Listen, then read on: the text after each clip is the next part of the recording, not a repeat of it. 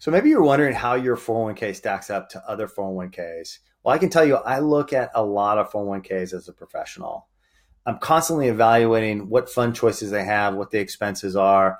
And I can tell you that the things that I think are most important in a 401k, the first one is access to information. So being that as an individual, you're going to be managing your own portfolio within this 401k, you want to be able to build a broad, diversified portfolio. And hopefully it's going to be low cost as well. So having access to information that I can then pull out what funds are available and where their exposure is. Are they small cap, large cap, mid cap? Are they international? Are they foreign? And I want to be able to drill down into the specifics of it, if at all possible, either through information that's provided on the website, or better yet, if I have a ticker, or if I have, I can find that fund somewhere else, I can get a lot more information about it. So access to information is probably the most important piece for me. The other thing I want to do is I want to be able to understand what the expenses are. I'm a big believer of investing in low cost exchange traded funds or mutual funds if possible, and just driving down those costs within the investments that you own. And anything greater than 0.5%, I would say, is expensive. So I'm looking for those low cost funds, and hopefully I can get exposure to those funds. And I want to have easy access to information about what they have available and how much they cost.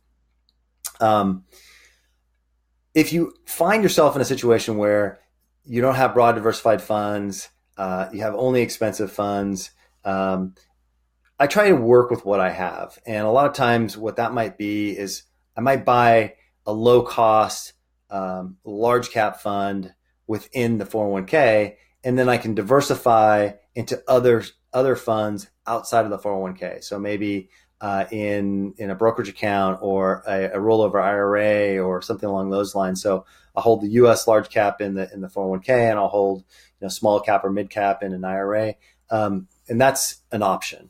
Another option is you can roll your 401k out into an IRA. Check and see from the provider whether you can do an in-service distribution. That is, if you're currently working, whether you can roll your 401k out. People who are over 59 and a half usually have the ability to do this. And sometimes people who are under 59 and a half have the ability to do this. So check with your provider about that. And then you can also, when you're switching jobs, or you're separated from employment, you often can roll your 401k out to an IRA. And that can give you access to more broadly diversified funds. The other thing that I talk about in a prior video is something called the brokerage window, and basically it gives you access to a lot of additional choices, low-cost funds too as well.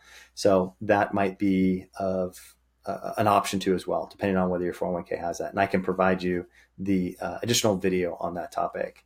Other than that, let me know if you have any questions. Certainly not a recommendation to take any specific actions in your portfolio, just for educational and informational purposes only.